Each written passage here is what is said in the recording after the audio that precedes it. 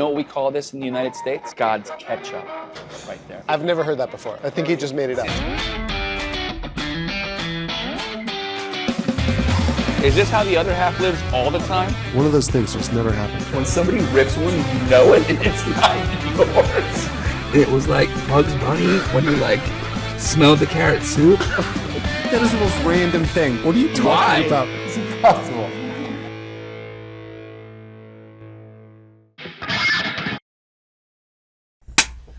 Woo! So you're just saying, we're here in Medellin. Medellin at Natural Studio. Yes. A beautiful studio here in Medellin, in Colombia. You landed this morning. The date is, what's the timestamp on this one? The timestamp is the 21st of Abril. Nice. The Monday after Easter. And I was just wondering if I look like a sausage, because I do a little bit. We just had a lot of sausages. So, we have had plenty of sausages, sausage so it makes sense then. Like usual. I feel good then about it. I'm a navy blue there you go. morcilla. So Tony, your first impressions on Medellin? Your first time here, no? I've only been a few hours. You know, I didn't think I woke up very early to take the flight. But first impressions, we had a nice chorizo. We had a nice chicharron. What else do you need? Bandeja paisa. We had a great lunch. Tried a lot of stuff. And, still kind of getting the lay of the land. Yeah, it has been. It's been quick because you landed and we started getting after it right away. Went straight to the restaurant. So it's been a while since we podcasted too, so we're getting back into that. Yeah, and we need I want to apologize. We need to apologize publicly for because we've been getting messages from a bunch of people saying that they're upset that we've missed a couple weeks. They're gone now. They're never coming back. I know they're never coming back, but we want to... That's why you got to keep up the momentum. I know. We missed one. We have to build all new followers now. All new listenership, wherever you're doing it. If there's a man for the job, peoples for the job. What?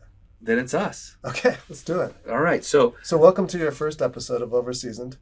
Well, thank you so much. It's a pleasure to be here. To them. Oh, welcome to your first Overseasoned. Out. They're gone. We missed a week. They're done. Well, speaking of fresh material, so many people regard Medellin and they talk about it as if it is they call it the city of eternal spring, and I feel like it's a fitting.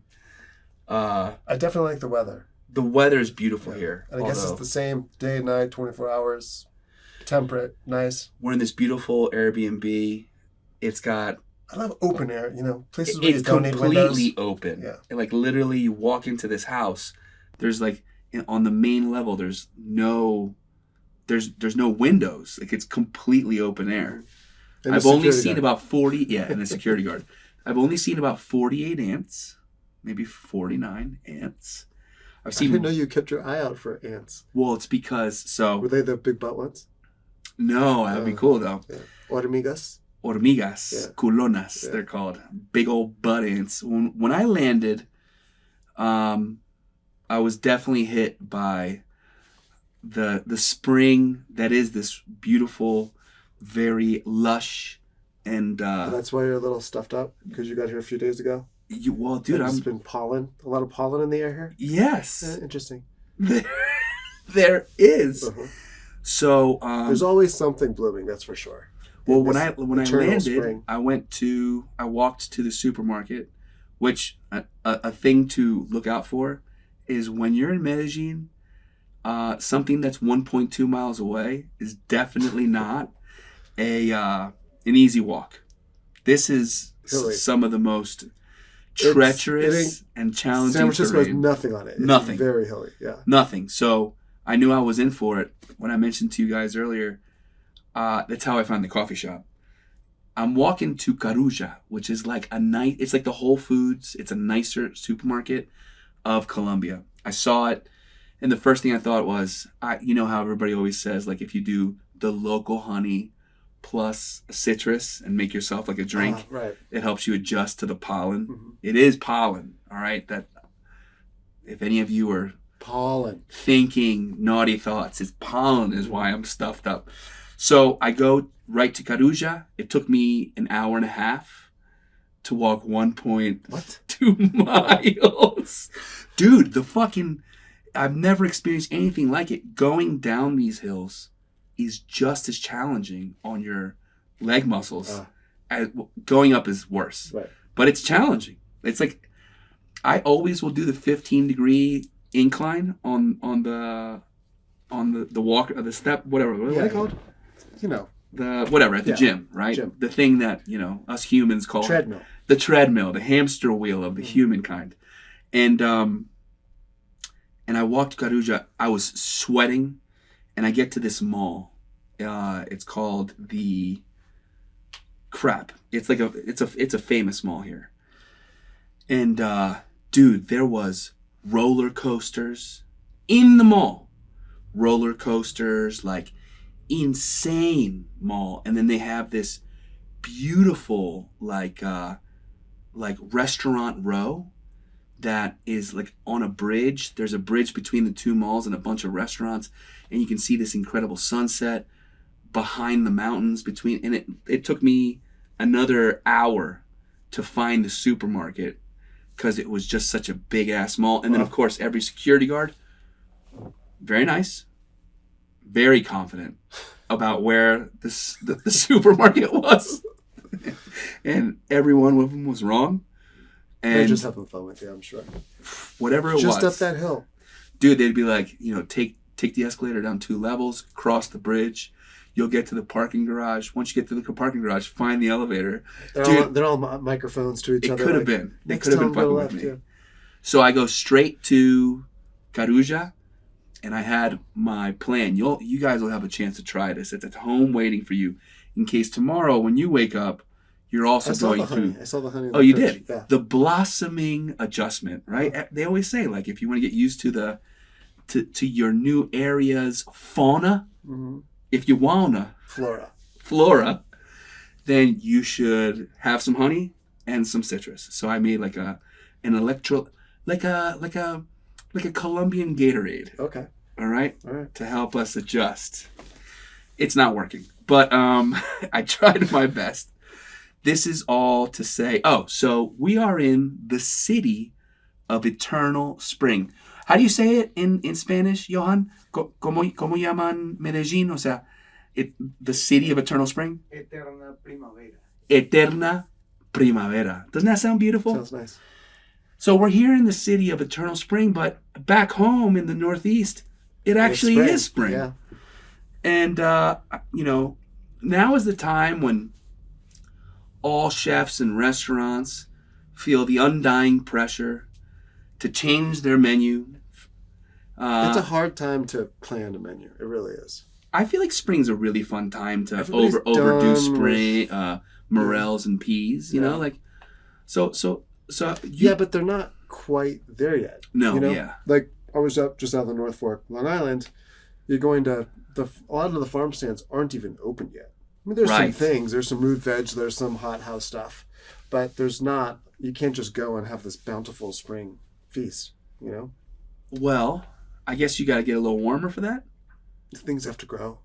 Yeah. Unless they're coming from. I'm always reminded of we had a location in Washington D.C. and the Cherry Blossom Festival. Oh right. Yeah, of course. And during the Cherry Blossom Festival, everybody wants dishes made with cherries.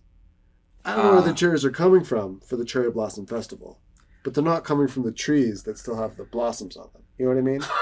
Right. So they're coming from Chile or something. That's good. Thank God there's a season in the South. It's just a funny way to celebrate a season by getting the actual products from somewhere else. But that's your mindset. It's like a romantic connection. Well, you're done with winter. You're tired of root vegetables, butternut squash soup. You're ready for something different. It's that shoulder period where it's like you're not quite sure what to do. You know what's always in season? Beets and potatoes. Potatoes are definitely always in season. But you get tired of that a little bit, Yeah, you certainly do. Well, I was actually thinking of my last time that I was, of course, in the place of all places for me for food, in the Basque Country. Well, I have to say right now, Tony, and I can't wait for you to one day feel so inclined to join me. But right now, there are 3 things that are so quintessentially early April.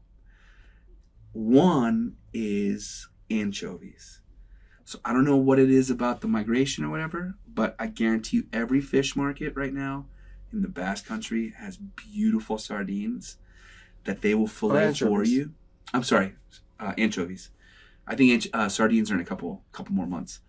The anchovies right now are ridiculous, and it's like hot pan, just like with everything in the Basque. Hot pan, couple slivers of garlic, couple pieces of cayenne pepper.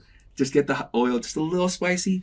Throw them face down for like 10 seconds and pull them right off. Hot oil on top with all the garlic. What about those little baby eels? You know when the season is for that? I don't. They're so expensive. But now that I'm an adult, I feel like I need to get some.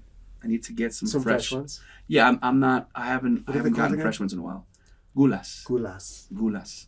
So and then the other one that's big is in Navarra is the white asparagus. Right now, white asparagus is the thing because they haven't gotten enough. Well, they usually cover them. Yeah. But it's not like. I'm pretty sure it's the same asparagus. They just cover it so it doesn't get light. Right, like endive, right? Yeah. Or frisee, how they like bend it down so it doesn't hit the sunlight, something like that. Got it. But white asparagus, they actually pile the dirt up over the asparagus, I believe, as it grows. So you look at an white asparagus field, it's just mounds of dirt. Oh, interesting. Yeah. Okay. Have you seen this? Yeah, I'm sure I have. Not recently, but okay. Yeah. And then there's these nice big long asparagus. I'm a big fan. Grill it really quickly, but the season lasts about a week and 10 a half. days. Yeah. Thank God for California. But we're not there yet. Chile. We're not there yet. Right. Yeah. We're not there yet, and it's hard to I had to plan a menu for a birthday party just over the weekend. Only a chef says that, by the way. What? I had to plan a menu for a birthday party over the weekend. Nobody's. What does a regular person say? A regular person says I have to cook for people who are coming over. Oh. A chef says I had to plan a menu for a birthday party. I heard about it, a week in advance. They're like, can we do this? Because there was a lot going on. We're moving. Did you get cherries? Did not get cherries or cherry blossoms. And you're just kind of trying to figure out. It was out in the North Fork, so very heavy farm to table type of influence out there. 10 people.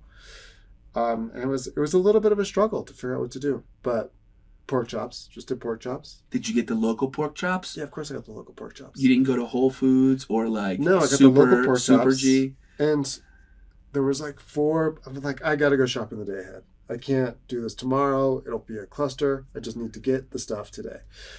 And it was half an hour before they closed, so I ran over to the farm, 8 Hands Farm. And I see Is 8 Hands Farm where Julian used to work? But the pigs are right out there outside the window of the butcher shop. You know what I mean? So you're you got to take a picture of that next time. All right. Like the prisoners or the psychopaths. They're happy. Within the asylum, watching you take their grandfather. There's a Gary Larson cartoon. I think about that. Anyway. All right, so you got pork chops. Let's not get too much. How many humans were you cooking for? 10. That's a lot of people. And they had 6 pork chops out there. I'm like, they're kind of big, but they had more in the back. So I said, let's just get 10. And she's like, people don't eat a whole pork chop. You can get 8. What kind of people are you hanging out with, lady? I looked at my mom. She's like, I want my own pork chop. And I'm like, I know. Yeah. My mom would say the same ass thing. Yeah. My mom actually tries to steal my bone when I'm not looking. And I'm like, I love you, but you have a bone and I have a bone. Understood? That's the way it's going to go. How does she distract you? So no, she'll say, look at that, slice of Iberico ham over there. My mom, love her to death. She's always looking for the. She just waits for you. She likes the. I mean, of course, it's the best part. It's the little rib part. Yeah. I mean, well, I have a little story about that. A little pre-planning I did for that. Okay. So you get 10 pork chops? 10 pork chops. Well done. They had a bunch of sunchokes there too. I didn't end up cooking them, but I'm like, that's a good idea. The old Jerusalem artichoke. Fresh sunchokes. They looked great, and I still have them in the fridge, but So where was I in my story? So So then artichokes. I took the pork chops, Mm-hmm. and what else? I thought let's do grits because I haven't done grits in a long time. Mm. I feel like I can get away with it a little bit, and I had some pancetta at home, so I was going to do a little pork feast. Render the pancetta, use the fat in the polenta. Yeah. Sprinkle a little bit of the pancetta on top. Little crispy bits on top. Yeah. So I got a little cheese in there. Yeah, of course, cheddar cheese. I used cheddar this time because that's what I had. Well, listen, I wasn't sure what cheese I was going to use, but I had cheddar, and you were we were out there for the week, and I didn't want to take it back home, so cheddar was what it was going to be. I like the cheddar. And some beautiful like scallions that they had at another farm called Sangley. Big. So how many farms did you visit for this impromptu birthday dinner? 3. 3. One didn't have anything that I could use, and then I went to. So you actually went to one of these farms? They're not that far away. One of these farms you stopped at had nothing. Well, they didn't. No, you couldn't salvage a single herb. This is what I'm saying. They had like winter stuff. What was the winter stuff like beets and potatoes and stuff, like squash? Isn't there always beets and potatoes? Well, especially in winter. And carrots. Yeah. All right. So you didn't feel like braising some celery for this. No. Okay. But polenta seemed like it was okay. And of course. What did I do for that? I can't even remember what kind of veg I did. What did I do with the veg? A little dandelion green. A little. It'll come to me. Anyway, So I got took the pork chops, marinated them in apple cider. Ooh. Green mustard. Some regular. I took some Coleman's mustard too, just to get a little dry, spice. Dry, but I little mixed it up, little hot spicy, and maple syrup.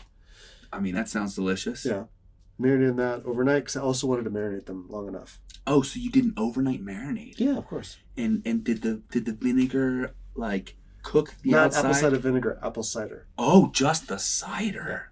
Yeah. And some chili. Ooh, that sounds like a sweet little tasty thing. Yeah.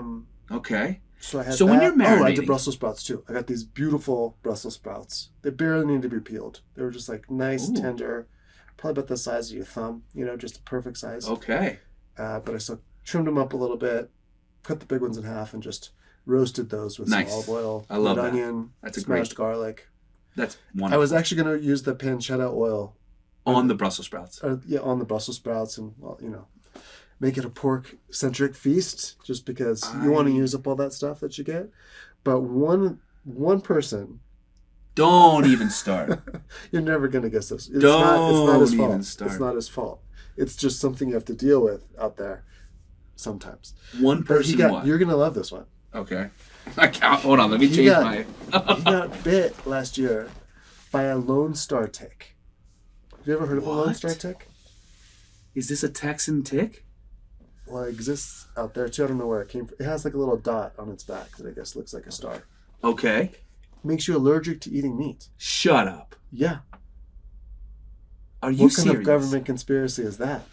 Allergic to eating meat? You can't. You get sick when you eat meat. But I guess I couldn't get into like what medication or what kind of therapy he was on. To try to counteract this? But it's getting better, apparently. But here I am with this pancetta fat, Brussels sprouts, pancetta in the polenta. Oh my God. And so I had to kind of, put some stuff out and aside for him. I think by way of this podcast, there's going to be a whole brand new wave of food allergies. It's going to be called the Lone Star diet. That's a real allergy, though, That's what I'm saying. I'm allergic to garlic. I'd never quite heard of this one. Yeah.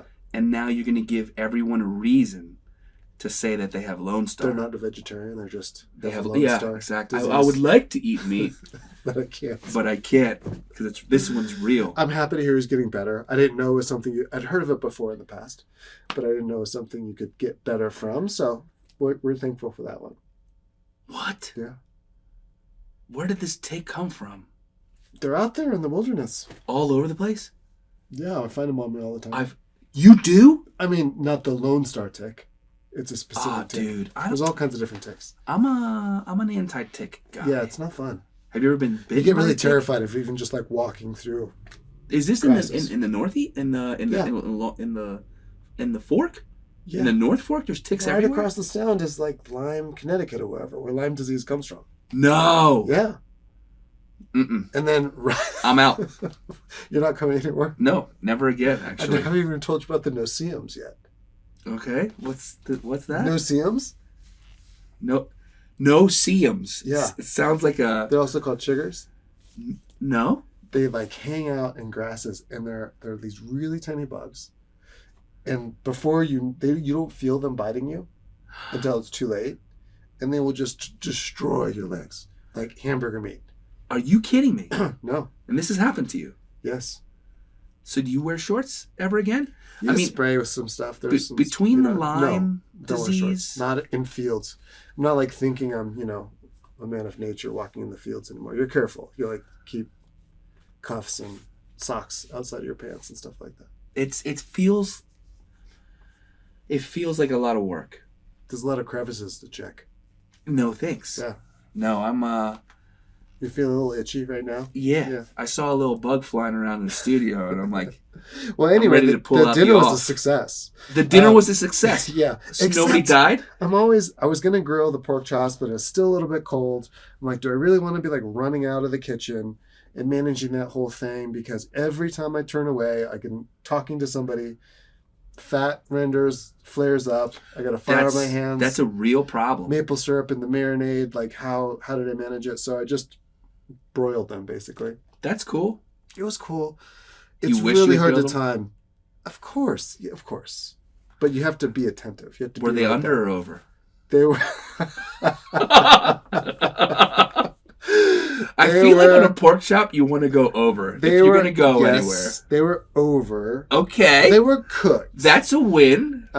We go mid-plus or like, well, whoopsie. No, it wasn't a well whoopsie. And I always play this game with myself like, they're cooked, but I need a little more color on them. Right. I need a little more color on them. Yeah, I know. So I try to like move the grate up to get it like close to the before you know it, they're blasted. But also the fire alarm goes off if it's too smoky. I hate that. Playing this game and trying to talk to people at the same time. And pretend like everything's okay. Yeah. Even though when you slice through that first fucking pork chop on the inside, and I you know feel like that Charlie Palmer's looking over your head.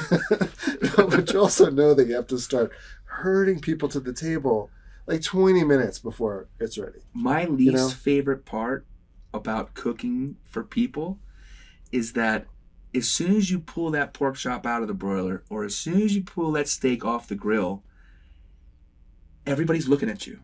They're like, are we eating it or no, what? They're not. No, they're not. That's never been my experience. Really? As soon as you're ready to go, as soon as you start slicing the meat to put on the platters. Everybody's sitting? No, the opposite? Oh, they all want to disperse. Everybody's gone. No one knows where to sit. Someone's like, should I open a bottle of wine? I need to get, this is what I wanted to ask you. Maybe there was an idea here. Okay. From a front of the house guy's perspective. Yeah. Like, what kind of tricks could you employ to get people to the table before you start getting all the food ready? Because I always think I'll start moving it to the table and people will say, hey, this sliced meat isn't going to get any less cooked. And sit down and commence with the meal. But that's not the way it goes. Yeah. 2 people take off. 2 people decide they have to get different wine. 2 people, You're it becomes right. herding cats all of a sudden. See, yeah. So my experience has been that the moment the meat comes off the grill, everybody starts to hover. Yeah. Oh, really? They're like watching. They're like, that smells really good. And I'm like, if anybody fucking touches this thing, 1, it's going to bleed out. Yeah. Don't fucking touch it. 2, I'm watching you. I'm watching you. No one touch this. But I would say if I had a trick, yeah, you're right, because everybody wants to get their drink. Yeah. It needs to be the perfect one. They act as if they're never going to sit down again. Right? Like, this is the last chance. And I'm like, sweating. I'm like, please sit down. Because it was rested. I had to rest it. I was thankful for the extra time because that was the only way it was going to get a little bit extra juice in there. Yeah. Retain some something. I think the marinade helped pull it through, and it was super great pork too. So yeah, it was fine. That fatty. And how are you going to cook for? You incredible. Don't know 10 people what they're different. It's not like a steak where you can do like a solid mid-rare to medium and have it be okay for everybody. The few cuts in there. Yeah, I love, dude. So I cut it, and then I cut it I didn't want to do a full pork chop for everybody because I thought it'd be weird to. Which one do you want? Some are bigger, you know. I know. You have to play that game. And also, They also look prettier when you slice it. I believe so too. They look prettier. For And sure. people can kind of take what they want, you know. Yeah. And I wanted to split it onto 2 platters. I split So it's everything easy into to 2 grab. platters this time, Okay. so people don't have to pass it at all. Everyone just can reach. And grab, which I thought was the way to finally- do it. Yeah, finally, I just did it that way. And how did it turn out? Great. It was great. Would you have been? Let's assume I'm your. How did you get everybody wrangled and sat? You know, here's a great way, Tony. Yeah. I would say, was the table already set? Yes. Okay. Set early. Yeah, that's I think a great way to get people to understand it's time to eat is sometimes on purpose I'll put everything out, but I won't get the steak knives on purpose. And I'll say, hey, can you grab the steak knives? It's almost time. Right. And then for some reason, it's the same thing like when you get meased at a steakhouse for dinner. Yeah. As soon as the steak knife hits, you're like, Okay. dinner's coming. And then you have to go to the table and put correct. something down. And then once people see somebody working on the table, then they say, is there anything I can do? Right. And then you go, yeah, open a bottle of wine. Yeah. Get Right? away from the kitchen sink and whatever you're doing back here, It, right by the oven. you shouldn't be doing. Yeah. Now that I'm by the oven, means you should get the fuck out of my way. Yeah. But everybody loves to be around. Yeah. But so I would say that steak knives and wine. Maybe wine. Maybe it could be like a toast or something. It was for a birthday party. It's like, let's do a toast. And everyone stands around the table and then I can slice away. Right. Because I would like people to be sitting when I bring the platters over. Right. Because it's a show. You don't got much time. You don't got that much time. Right. It doesn't get any warmer. Yeah. And it doesn't, have I the understand. same joie de vivre Oof. 7 minutes later when it's sitting on that. And all the you're juice like ran gnawing out. your fingers off. Yeah. Well, that's an interesting point, Tony. I think we'll have to ask some of our readers for some of their input on that. I would say, There's one little other element that I think you're going to like that goes back to your pork bone thing. wait, so what did... I sliced the pork bone, but I'm like, this is going to be perfect for lunch tomorrow. So I took off I didn't slice it all the way? pull it up and slice it right around. Uh-huh. I You just left... did a nice little, like a big old short rib. like a 3/4 inch Oh, I piece love of fat that. piece of meat around the bone. Uh-huh. Save that, toss that in some Lexington style barbecue sauce the next day. What is a Lexington? It's like the vinegary one.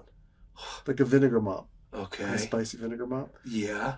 And that was a great lunch. I never How thought many about did you that have? before. 10. You had 10 of No, those? not me personally. I was gonna say like, you for fucking leftovers. monster. There was something to snack on. Something to snack on. See, I would have been It was that probably- monster. I would have been that monster. It was pretty easy to put down 4 by myself. that sliced the pork chop off of the bone and been that selfish piece of shit that would have put all those ribs on the side and pretended like they never came. That's what I did. I put them straight in the fridge. Oh, nice. But, this was just a smaller group of people the next day. So does that mean that nobody from your dinner knows that there was these beautiful except for the few friends that came in? Yeah. Yeah, fuck the rest of those people. It was like, Only the good ones get the bone-in deliciousness with the Lexington not on it barbecue. over the kitchen sink. So there was not even an opportunity for the rest of those normal folk It was in a Tupperware wrapped up in the fridge. before it even... No hanging out. That's why you wanted everybody to sit down. No witnesses. That's smart. Because I was going to say, if I had sat down at that table... See, I know you. You wouldn't have sat down at the table. You'd be hovering. No, I Made wouldn't some have. excuse. I would have been helping. But you'd been like, where's that bone? I certainly would have. Yeah. I also would have quietly made eyes at you about the bones. Yeah. And I also feel like, do you ever have those guests over and that as soon as they go sit down, they're just going for like they're seasoned eaters, but also monsters, and they go for the best pieces right away? Yeah. I like to have a lot of good pieces for everybody. Okay. I always watch. I watch every You're moment. doing a little psychology. Dude, yeah. So my favorite pieces on the pork chop, right? If you got the pork chop and you got the rib bone, right, and then the rest of that beautiful chop, just flopping off the bone, right? So obviously the rib slice that has the bone on it is fantastic. But then there's like that little chunk on the bottom. You know what I mean? Like that. There's like another little baby ribeye, right? There's the eye, and then there's that little baby ribeye with the fat that surrounds it. Yeah. Did you keep that on the bone too? Yeah, for sure. Yeah, that's like nice. My mouth's watering thinking about it. After that lunch we just had. That is the best part. Yeah. But it explodes, juicy oils and fat. It's buttery. So to get you to sit down, I'll just put a pork chop on the plate. The bone on the pork chop on the plate. You'll be there. I think a toast is a good idea. A toast is nice. I could see that being something. If it's a special occasion. Or just any occasion. You know what I mean? You could also just make everybody starve the whole time and get a little tipsy. Doesn't work. No, huh? Nope. Do you put cheese People out? Use, was there yes, a little of course there's cheese out. But that's what I'm saying. What if you didn't do that? What if 30 minutes before? People have an aversion to just... People don't want to sit down first. Their hair has to be redone and makeup reapplied. It all has to happen... Right before you sit down. Right before you sit down.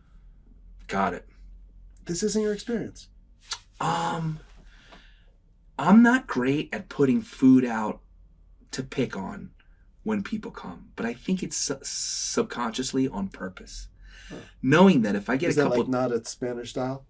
It's like if I can get look, couple almonds, couple pieces of olive, yeah, sure. Oh, it's just like one little cheese plate. One little cheese plate. Somebody brought a shrimp toast thing. It was delicious. Like a little shrimp cocktail thing? Oh, shrimp toast. It's like shrimp on toast, yeah. Like Asian style? No, like Norwegian style. Dill, shrimp salad, basically. Oh, okay. On toast points. Got it. A little fodder for the dill salad? Yeah. Okay. Yeah, I mean, here's the thing, man, is I have very little... Once I decide it's time to go, with food... You're forceful about it. You're like, no, but I go. Like, for example, I'm a guest at your place, and you have shrimp toast out. I'm eating 8 of them. Not 1, not 2, 8, right? And I've already, I don't have, the slow down button. But maybe that's what you need. You just need a ringer. Somebody just go sit down at the table and start, pulling food on their plate. That's what it would be. Someone you could just be like, hey, you know what? Time to go. Go make a plate. Go make a plate, and then everyone will kind of follow suit. Yeah. You know what?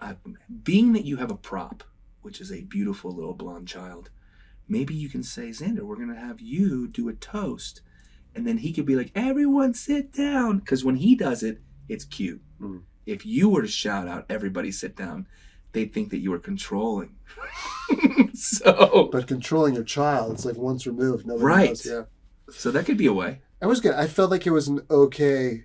I guess it's not very springy, but it felt springy to me for some reason. What did the tick superhero eat?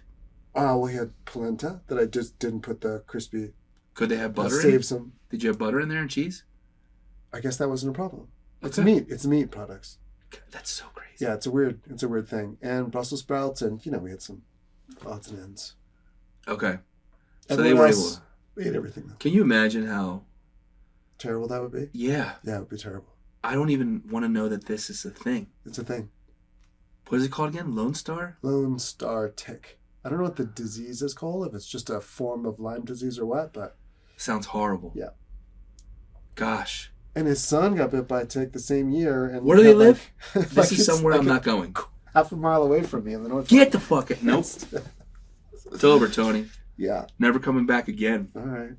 Well, there goes that dream. Well, listen, it's... I'm getting another gaucho. Why would you ever go to the Hamptons if this is the fucking getting what another you're gaucho. dealing It's the with? same thing. I'm getting another gaucho, if that's any enticement. It is, but I don't want to get ticks. No. You have to come in the winter. Okay. Okay. That's fair. And spring. They're not in Europe, there are no ticks. I know, because it was a government experiment from Plum Island that made it a thing in America. That's why. Say what? Yeah, it's a conspiracy. It You never heard this part either? Plum Island's right out there too. It's where the animal research. Oh, it's like the island of Dr. Moreau? Yeah. This is real? Yeah. So wait, ticks are new? No. hold on. Let's rewind.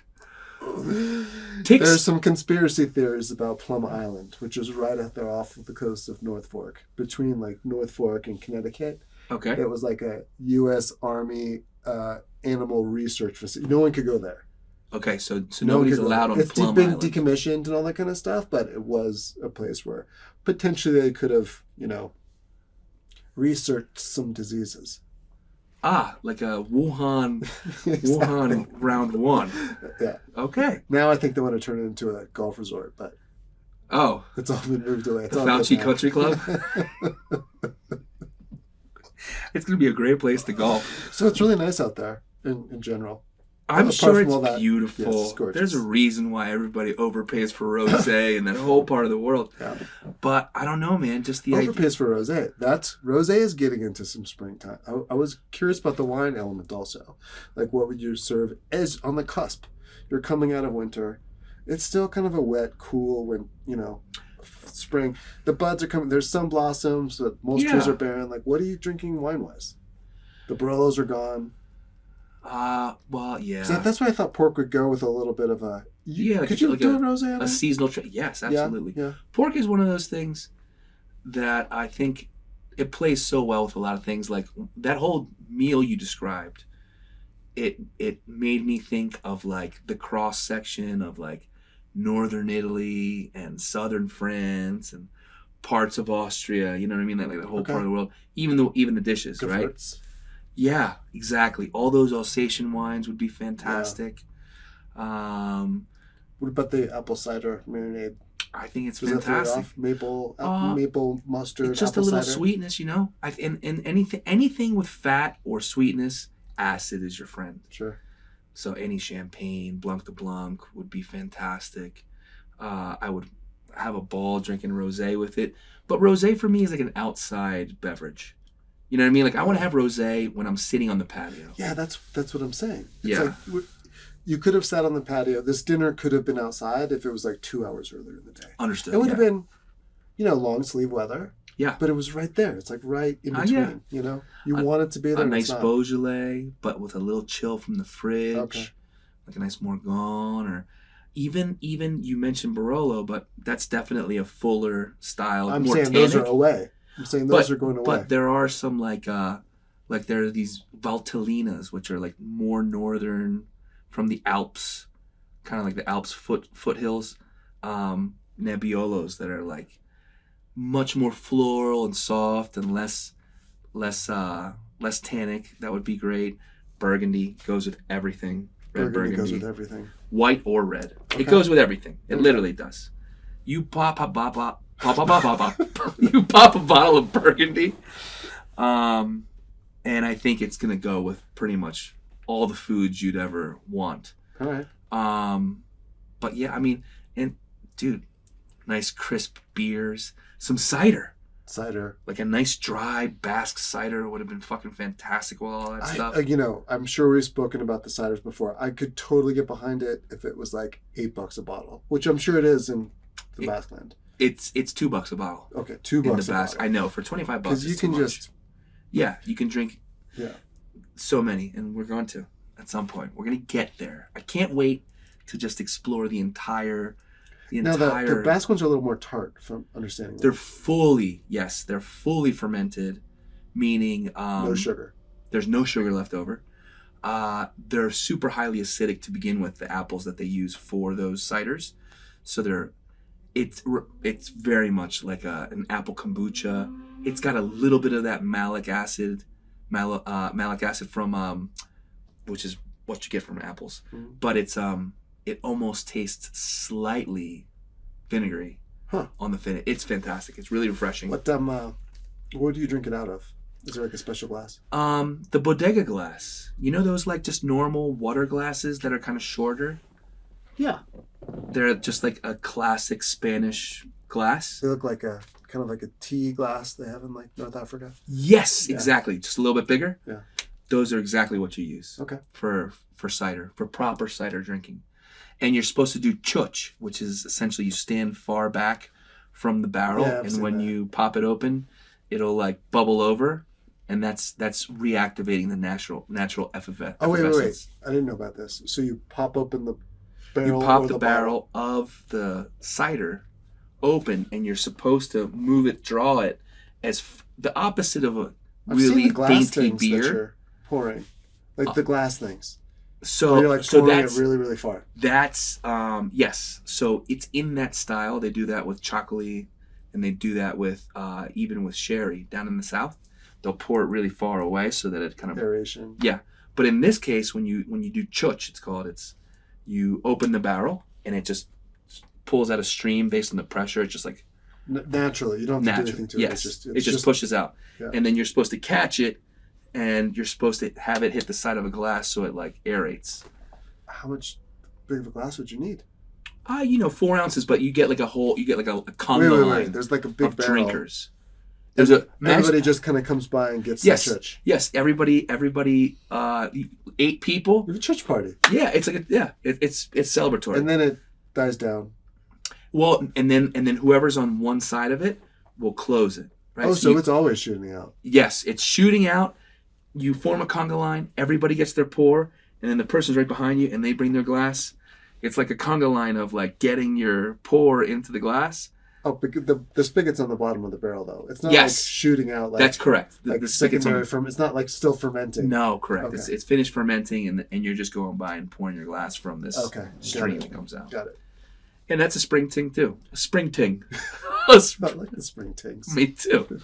So yeah, and then I feel like escargot around this time also becomes a thing in like portions of like now when the dews hit and it's over, like all the coldness is over. I guess that's more of a late spring. It's still cold. There's still like frosts and stuff. I haven't seen any snails. Didn't it snow a couple weeks ago? Yeah. Yeah, killed our snails. Did you? I'm joking. I was gonna say that's fair. No, but it snowed like a week before last. Okay. Yeah. That's crazy. It was crazy. That's like crazy. Accumulated. Like it wasn't just it's blowing stuck. some flakes around. Yeah. It's stuck. Hopefully that kills the ticks. So we're getting probably another 2 weeks of this. I feel like. Well, I'm sorry. Like until you start to see springtime produce from the area. The markets will be.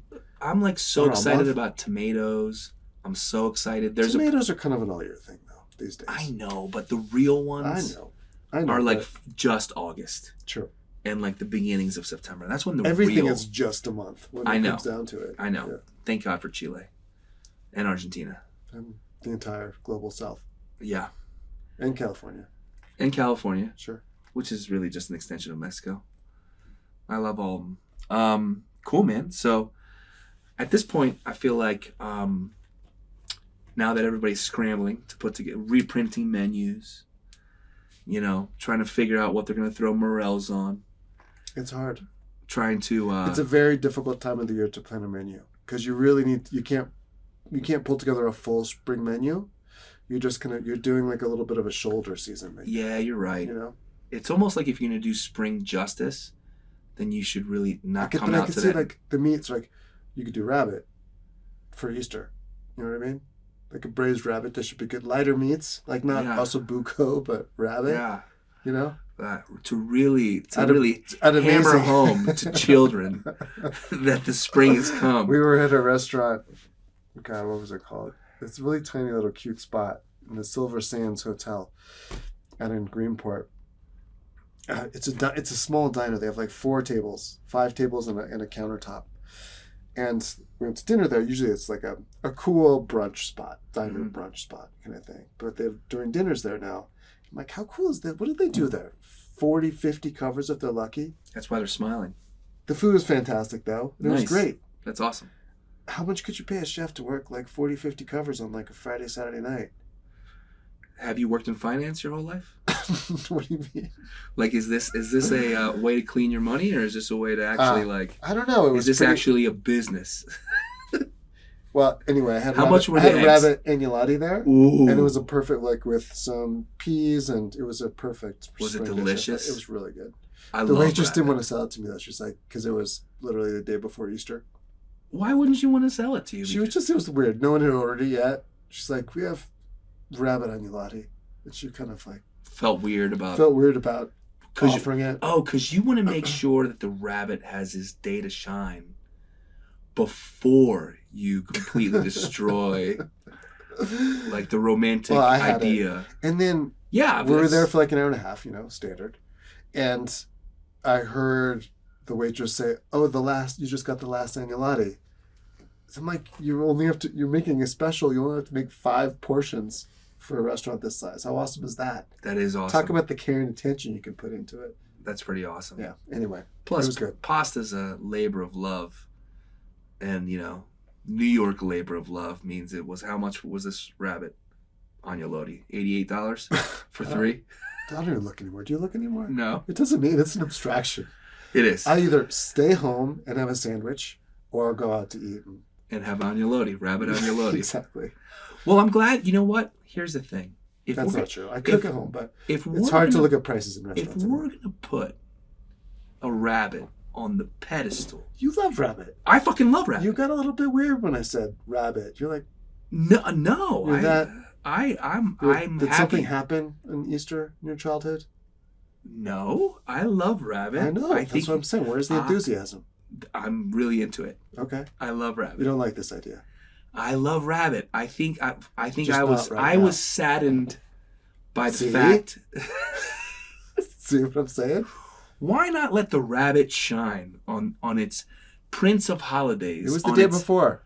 That's what I'm saying. It was about to be resurrected, and you couldn't let that whole motherfucker just sit on a plate. Well, maybe he was. On his day. Maybe they got resurrected. Like, don't you want to see him in his glory?